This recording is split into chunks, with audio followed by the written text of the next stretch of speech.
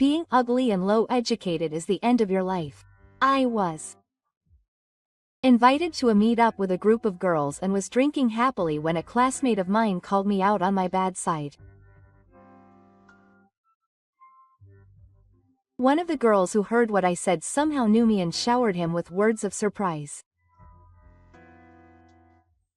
But this guy has assets of 10 billion yen. My name is Tamayuki Tachi, I'm 35 years old and run Kagaya. Today I was invited to a meet-up with friends to make up the numbers, and I'm waiting for them to arrive at the meeting place. Sorry Tamayuki, I'm late. He's my best friend, Yagami. I've known Yagami since kindergarten, and we've been friends for 20 years now.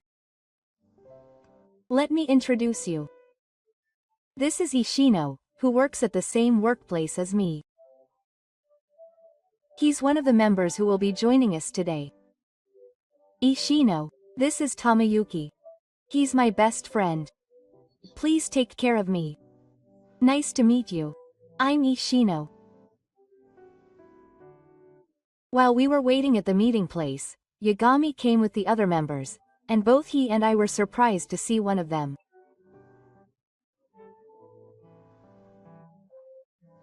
He was my classmate in junior high school and we had a bit of a relationship.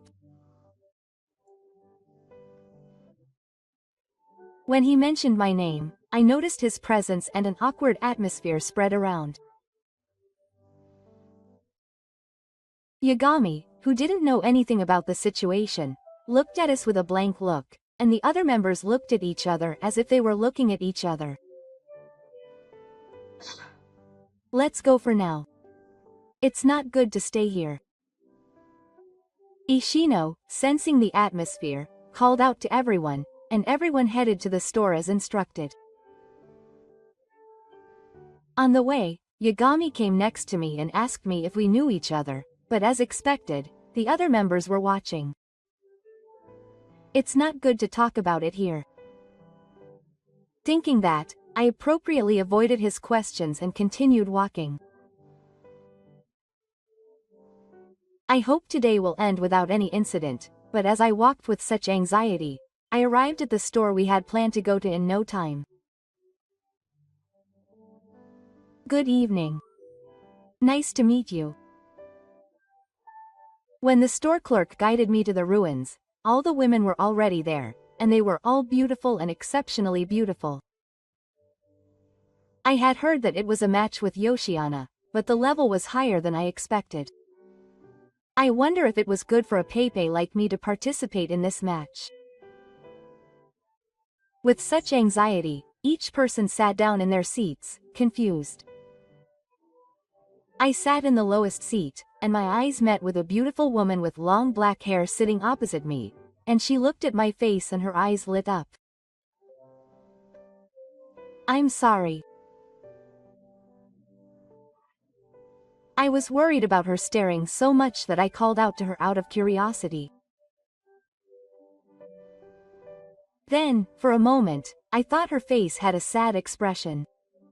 I wonder if it was just my imagination. While I was thinking about such things, Yagami performed the ritual and the match started. Everyone received the sake they had ordered, and they immediately made a toast and began introducing themselves. It's the amount of doctors. He graduated from the Faculty of Law and is currently active as a lawyer. As soon as he heard the word lawyer, the women's eyes changed and their gazes immediately focused on Ishino. The other men looked at him with bitter smiles, and some were put off by his blatant attitude. As for Ino, he was immersed in Arakoshi, so for some reason he was smiling awkwardly at me. Seeing his triumphant expression, I sighed. Nothing has changed since our school days. I didn't like that dark side of him, so I turned my eyes to my drink to avoid his gaze. After that, the men and women continued to introduce themselves alternately, and the last woman was the black-haired woman sitting in front of me. I'm Nakarichi. I'm still the least experienced announcer among us, so I'm really weak, but thank you for your support. My eyes were captured by the humble-looking Mr. Heiko. The other girls pretended to be pure, but their eyes were somehow glaring, and I felt that they were all people who were just trying to leave a stone behind. Their reactions to Ishino were a perfect symbol of that.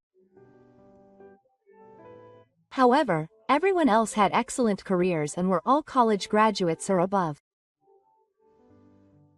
My best friend, who is also an engineer, graduated from an information university, and the other two were also graduates from famous universities and were a group of people who seemed to be making a living. My name is Tamayuki Maruta. I'm a junior high school dropout and I've taken over my parents' Kagaya and am now running it.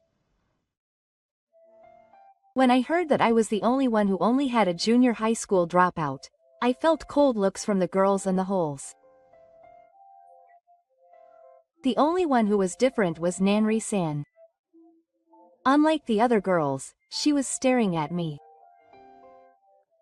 I felt like I'd seen her somewhere before.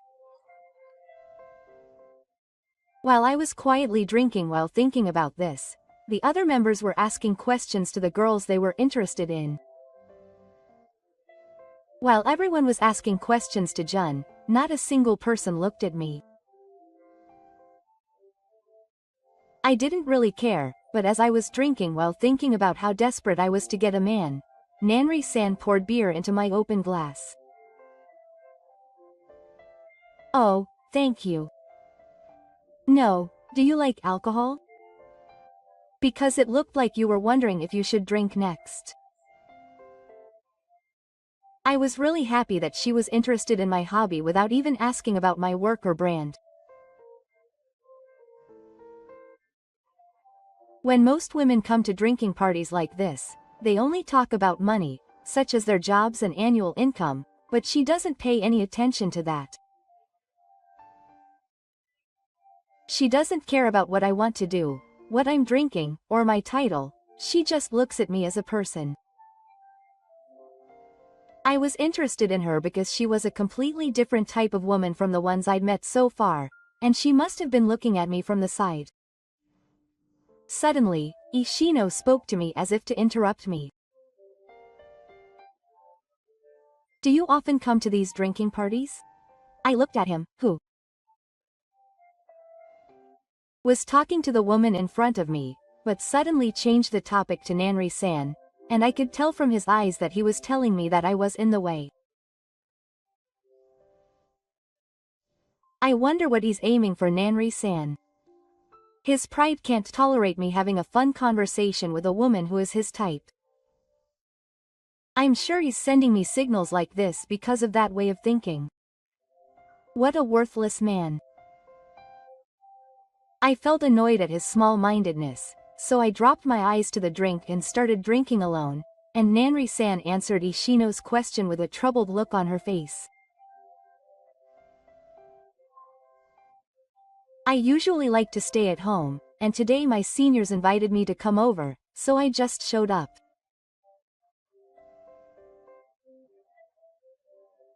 She was talking happily, but I'm sure the other girls thought she was just a member to make up the numbers, and the guy they were after wouldn't pay her any attention. That's probably what people around her thought of Nari-san. The expressions on the girls' faces as they chuckled while listening to her honest answer told the whole story. It's one of those unpleasant faces a woman makes.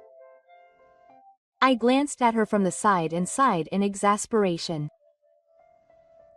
Do you hate the attention being focused on her?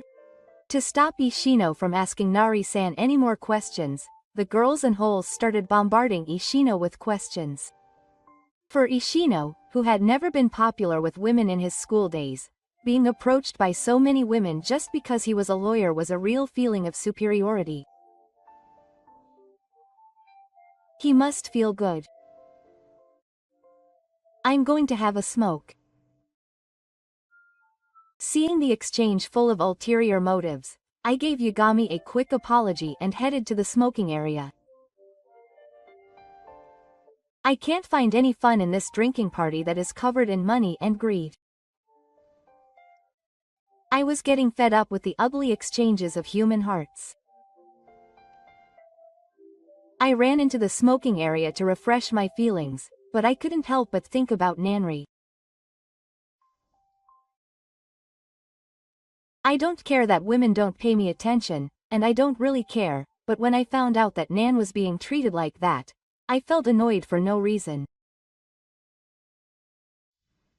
I'm sure she doesn't understand anything. As I exhaled the smoke from my cigarette, I remembered Nan's smile and couldn't help but think deeply. They are trying to use her pure feelings to satisfy their desires. I feel more and more uncomfortable with the girls who have the exact same feelings as Ishino. As I was calming down, Nanri appeared as if following me. What's wrong? Do you smoke? I was surprised that she was the type who was into smoking despite her appearance, so I took out my lighter as if nothing had happened. Then she shook her head in a panic and looked at me worriedly. Oh, it's not that. She didn't look like she was having much fun, so I was a little worried, and I had a really bad feeling about it, so I came to talk to her, wondering if she'd just leave with me. I thought that you might just go home, Marita-san. I realized her feelings for the first time when I saw her laughing with a somewhat embarrassed look on her face. In fact, she was aware of the feelings of the other girls. Still, she was happy that she invited me, so she tried her best to be considerate and not get in the way of the party. I couldn't just leave her alone after hearing her honest feelings. I wasn't thinking about going home, but I felt bad about letting her continue to participate in this drinking party. When I thought that, I was about to reply to her proposal to accept it. What are you trying to do, Chiaki-chan? You're doing something too old-fashioned and disgusting. Ishino came to the smoking area, following behind. I couldn't help but let out a sigh when I saw that annoying person coming. Na-san was confused by the sudden name being called by an easy-to-wear name, and I thought to myself, who is the one who is behaving in a disgusting way? But if I say something back now, I might drag Nanri-san into an argument. I absolutely do not want to make her feel awkward. I lied and said that I had drunk too much and felt unwell, and Nanri-san came to check on me out of concern. Then Ishino started making unexpected remarks. You have no money and you can't drink well, so you don't have a single good point. Being ugly with a low education is the end of your life. If you're worried about these shoes, Chiaki-chan, why don't you have a drink with us instead? I'm sure she's drunk and feeling bold. I was shocked at Ishino's casual use of words that are inappropriate for a working adult, and Nanri-san spoke some surprising words from her base. Maybe you don't know anything about Noda? I was also surprised by Nanri's words, and I stared at her with my eyes wide open, wondering what she meant. At that moment, I realized that she had written down the hair that was in her ear, and I was so surprised that I was speechless. Maruta is not the kind of lowlife that Ishino thinks she is. What are you talking about? I don't like it. I can't help thinking about someone who is just a parent. Is that it? You're being nice to me when I say I only have a middle school education? Chiaki-chan is a very considerate person. But this person has assets of 10 billion yen, doesn't he? I wouldn't be so rude as to be in the same room as someone like that. Hearing those words and the way he gently confronted me, I clearly remembered her. Nanri-san's face lit up when she saw my reaction at that time, and she held both of my hands and smiled happily. Do you remember me? I thought you had completely forgotten about me, so I'm really glad that you remembered me. I'm sorry. I couldn't remember it at all, and I knew I'd seen it somewhere since I saw it, but I couldn't remember it at all until I heard the earrings and what he just said, and I was feeling embarrassed and writing the back of my head with an embarrassed look on my face, when Nari-san shook her head from side to side as if to say, back quote, no way. And gently smiled. What do you mean? You're a person with assets of 10 billion yen? Ishino, who had been watching us like that, was in a panic. Worried about us not returning to the room, the other members came to the smoking area outside. This person is Mr. Tadashi, the president of that major company. Everyone was surprised when they heard the name, and Ishino reacted louder than anyone else. When I was a rookie, a small kagaya that was on the verge of bankruptcy in a rural town was transformed into a kagaya that attracted worldwide attention thanks to a certain man. I once filmed a program about that. The person I interviewed was Mr. Maruda. That was 5 years ago. Our kagaya was a famous kagaya in the local area and one of the most loved shops in the area. Our store is so loved by everyone in the town that the locals say it's natural to use our store's furniture if you're starting a new life. I thought that this would continue until the day my fathers departed for heaven, but the flow of time is cruel, and it was a time when the world started to focus on convenience. People who visited the old kagaya, which was like a mouth, became addicted, and the business suddenly fell apart.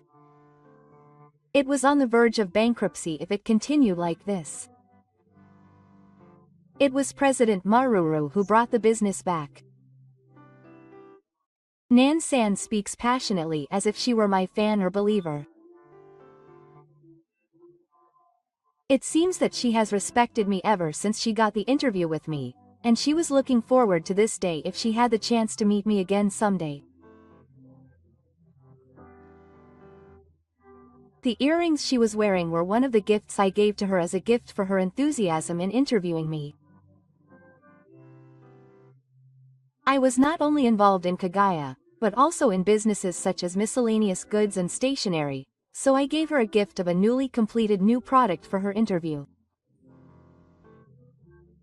President Malta is a man who made his own furniture products, reduced costs, and created a company that offers them at a lower price than others. Until now, our company Kagaya had been purchasing products made by core craftsmen and selling them with a profit, but that was too costly. If we asked for a white goods that we wanted, the cost would be added and the expenses would be too high. Is there any way to hire craftsmen in-house, reduce costs, and sell to customers at a lower price without changing the quality? This idea was the trigger for our company to recover. So we asked for job offers, and surprisingly, many craftsmen applied. We were able to get cooperation from many people who wanted to work for us, including those who had reached their limit and retired from setting up their own stores. Thanks to this, our sales increased significantly. Now he is the president of a major company with over 700 stores nationwide. But your family's Obo Kagu is still in my hometown, and I run that store as a hobby with the profits from it. That's why you didn't know that I was starting a new company.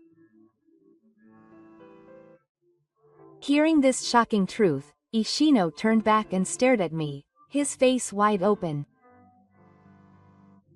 The people around me, except for Yagami, also regretted treating me like a horse, and the blood drained from their faces all at once.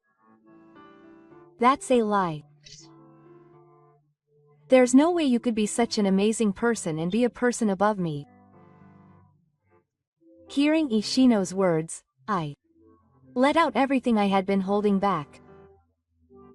You measure people by things like high and low, which is why you're only a cheap person like that. And there was a reason why I was mad. Ishino used to come to my house to play. He didn't say anything at the time, but later when I went to school, he treated our Kagaya like a horse. He was really proud. His aunt and uncle were both dull. Why is Malta such a tasteless guy? It was obvious when you looked at his parents. He surrounded the boys in the class and made fun of our family. I couldn't forget the anger I felt at that time, and I was relieved that I no longer had anything to do with him after graduating, but now that we've met and talked, I've realized something. Whether people become adults or eat well, their true nature doesn't change. I couldn't forgive him for his determination to only measure people by his own standards. I live my life thinking that it's a waste of time and effort to deal with people who talk bad about others, but I kept him at a distance from me. He was obsessed with me, and would gather his friends to make fun of me, and at his worst, he would even look down on the people around him. I couldn't understand his nerve, which made him do things like this from his school days, but I think he must have been jealous. His family was a wealthy family with many doctors, lawyers, and tax accountants. He wanted to live a life free and easy without having to follow such a set path. He wanted to enter society after graduating from high school without going to college. He wanted to do the job he wanted to do. He was supposed to have lived with that thought, but his parents stopped him from doing that, and he often felt jealous of people like me who entered society early and knew the harshness and difficulties of the world. They are making fun of us college graduates for being ignorant of common sense. They thought this way and made fun of us middle school and high school graduates, and wanted to think that they were superior to them. I heard this story from Yagami later, but it was just a selfish delusion of victimization. From my perspective, I have never had any feelings for Ishino. But can I just keep quiet when he makes fun of the people around me and my parents' company? My anger had reached its peak a long time ago. If you measure people by things like having a higher education or a higher annual income, you will never be able to beat anyone. You will lose in spirit for the rest of your life. No matter what you say to me, it doesn't affect me. You are the one who is empty. You will never be truly happy unless you change your personality. He bit his lip in frustration at the words I spoke clearly to Ishino for the first time, and glared at me. At the same time, I noticed that the women who had been fawning over Ishino had completely turned their backs on him, and were giggling behind his back, making fun of his pathetic appearance. He's such a big deal, but he earns less than Maruta-san, isn't he? Seriously funny. It's embarrassing that he's such an arrogant lawyer, even though he's only on the first floor. Do they think I can't hear what they're saying? I sighed and walked over to them. Hey, when I called out to the girls who were laughing at Ishino, they suddenly looked at me with sweet eyes, completely different from before. I couldn't help but feel uncomfortable when they tried to get close to me while making a cat-stroking voice. Yes. What is it? We've always wanted to talk to Maruta-san. Why don't you leave him like that and come drink with us again? I shook off the hands of the girls who were trying to wrap their arms around me and opened my body to a distance where I couldn't touch them. The girls who saw it widened their eyes in surprise and looked at me, wondering what it meant. You guys, I'm sorry, but you should realize that you have bad personalities and are not very good women. The girls who were told that were too intrusive words distorted their faces, and the others around them were shocked and numb. They measure men as if they were their own accessories, and when their interest fades, they suck them up. Happiness will not come to people who do such things, and good men will not come near them. They should understand that they are women below the third class. They have probably never been told things clearly by a man they met for the first time. Their eyebrows were drawn together, and they glared at me with such force that it seemed like the makeup on their faces would go into their makeup at any moment. I glanced at their ugly appearance, signaling Nanri with my eyes, and spoke to Yagami. Sorry, Yagami. I remembered that I have work to do, so I'm going out. Nan said he was feeling unwell, so please call a taxi for me. I'll leave the rest to you. I left the store pretending not to hear Yagami's voice calling out to me as I left everything behind. Sammy, it feels like December outside.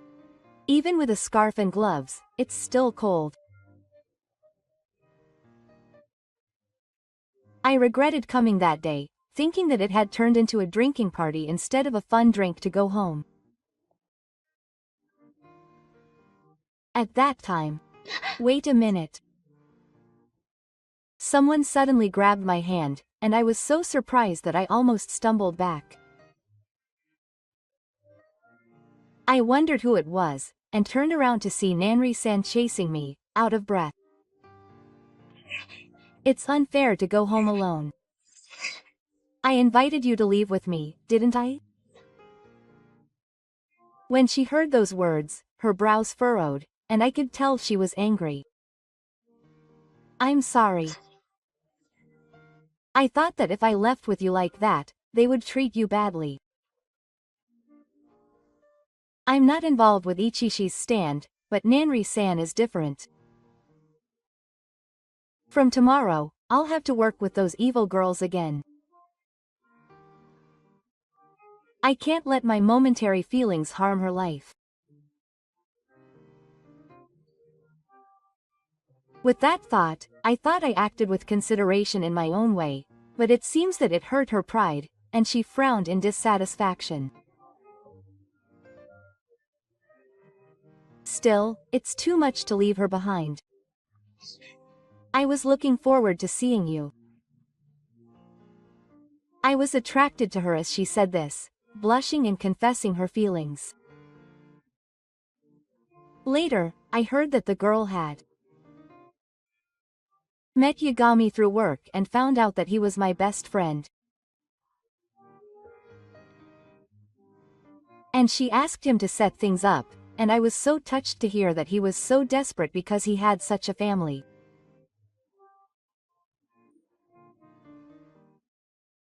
Since then, not only has Ishino been looked down upon by women, but his classmates who heard the rumors have also started to look down on him, and his friendships have deteriorated. One of those members went to the same high school as Ishino. Apparently the word spread quickly. I treated Yagami to a delicious meal as an apology later, as he was in a bad mood after having everything forced on him. The other girls and holes seemed to have changed their minds a little after what I said to them. They were full of complaints that day, but as time passed and they looked at their past actions, I think Maruta-san was right. They came to apologize to Nari directly, saying they were sorry for all the terrible things they had done. Since then, Nari-san has become even more dedicated to her work, and seems to be getting along well with the other girls and holes. My work is going well, and I'm thinking of starting a new business again by the end of the year. Actually, after that, I went out drinking with Nari-san at a different izakaya. We were both interested in each other, and after hearing Nari-san's thoughts, I realized that my feelings for her were growing stronger and stronger. It wasn't too late for the two of us to get closer.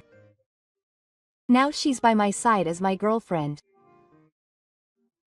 I worked hard every day, determined to never talk about this hand again.